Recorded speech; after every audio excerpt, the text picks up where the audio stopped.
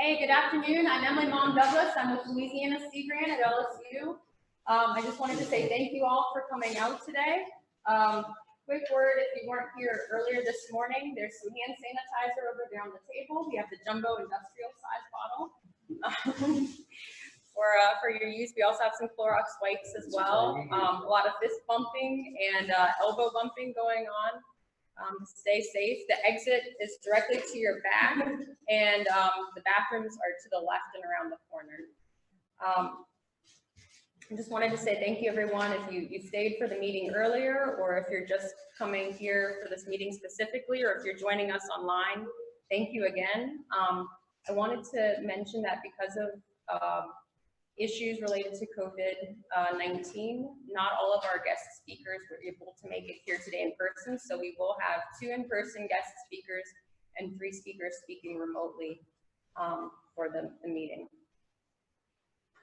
So I just wanted to give thanks really quick to the Gulf of Mexico Sea Grant programs, which Louisiana Sea Grant is part of, as well as the Gulf of Mexico Research Initiative, or GoMRI, which provides the funding for the Sea Grant Oil Spill Science Outreach Program that you're attending today, and also, of course, to the Southeast Louisiana Area Committee. And so I wanted to give Mr. Steve Woodard of the U.S. Coast Guard an opportunity to talk with you all. I think a lot of you were here this morning for the Area Committee meeting, but there are a lot of people currently online, cameras right behind me, that are maybe not familiar with Area Committee meetings. So I just wanted to give you the opportunity. Appreciate that. Yeah, thank you. We just had an Area Committee meeting here. We're required to have 2 a year, but the Area Committee is made up of responders, federal, local agencies. We basically are trying to coordinate response efforts using the area contingency plan, response efforts here in this zone, Southeast Louisiana, to coordinate response efforts to protect the environment, people, property from spills. Like I said, we have 2 meetings a year. It's required. Houston has its own. If you're not able to come to our meeting, I'm sure if you're in the coastal zone somewhere or anywhere in the country, there is an area committee going on, whether it's EPA led or Coast Guard led, depending on the location. But we definitely would like for you to be a part of our committee. If you're, connected here in Southeast Louisiana, Ms. Mung has my email address. If you want to get hold of me, it's fine. But our next meeting will probably be in November timeframe, depending on how this coronavirus stuff is going around. Hopefully we'll be good by then. But I appreciate the support from everyone. We definitely coordinate on exercises, do a lot of exercising here in the zone, a lot of responses. So please come out and support when you're available. Thank you. All right, so just a little bit about the Sea Grant Oil Spill Science Outreach Program that's coordinating this effort today. We actually started because of a partnership between the Gulf of Mexico Research Initiative and the Gulf of Mexico Sea Grant programs after Deepwater Horizon. Probably a lot of you in the room have heard me give this spiel before, so sorry, please be patient. But basically, after Deepwater Horizon, there were a lot of unknowns in terms of the amount of oil that was involved and the use of dispersants.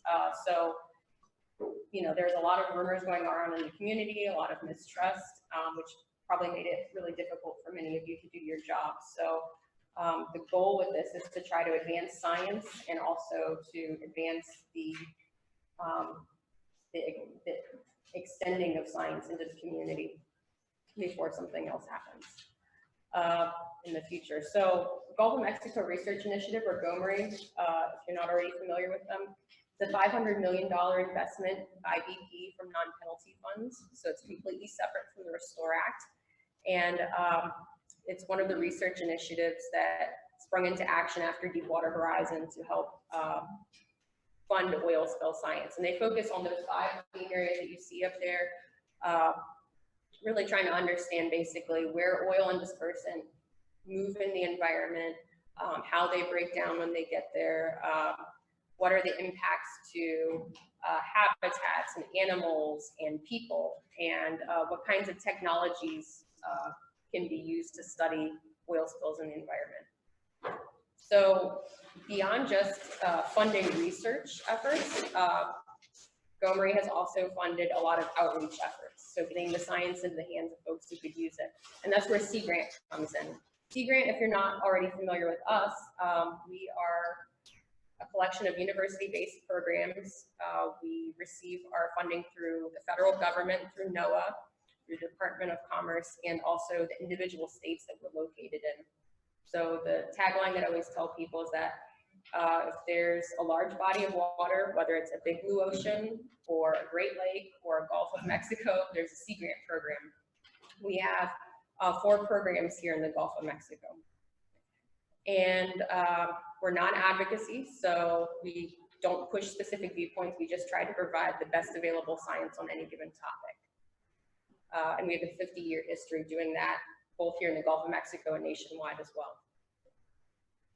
So in terms of sharing the oil spill science, after this partnership with GoMRI started back in 2014, the 4 programs in the Gulf of Mexico assembled a team of oil spill specialists and a program manager and a communications specialist.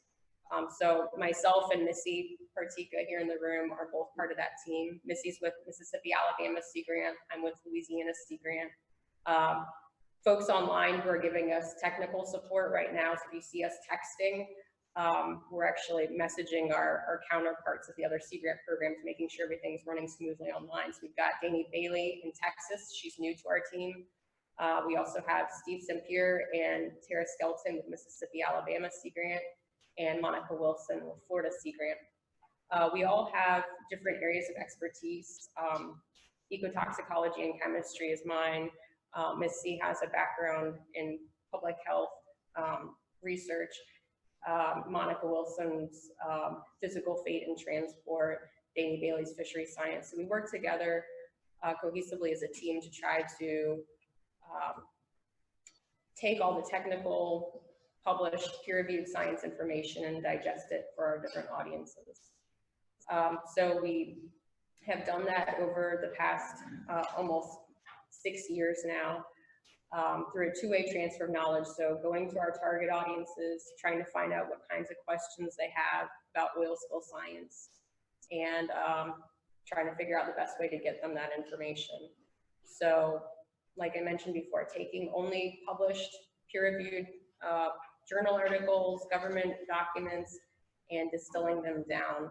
So we do that through really 2 major bread and butter pieces, but also a few other avenues as well. So things in print, so like our 8-pagers and our fact sheets, they're all available online for you to access as PDFs. We also have a bunch back there on that table. And if you didn't already sign in on that sign-up sheet, I will pass it around.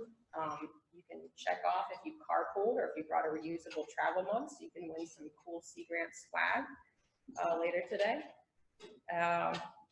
And we also have these seminars, these types of workshops. So say that you heard something today and you thought it was really cool, but you didn't quite catch it, or maybe you're online and you can only join for part of the workshop.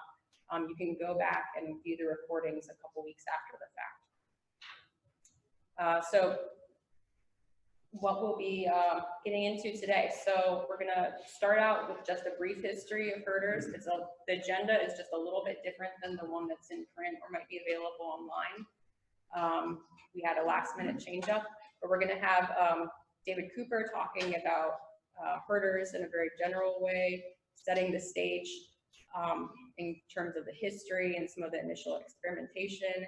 Then we're gonna have an overview of kind of different situations with their operational use and advances with in situ burning, and also talk about future directions ahead. And then at the end, we'll do a question and answer panel with all of our guest speakers.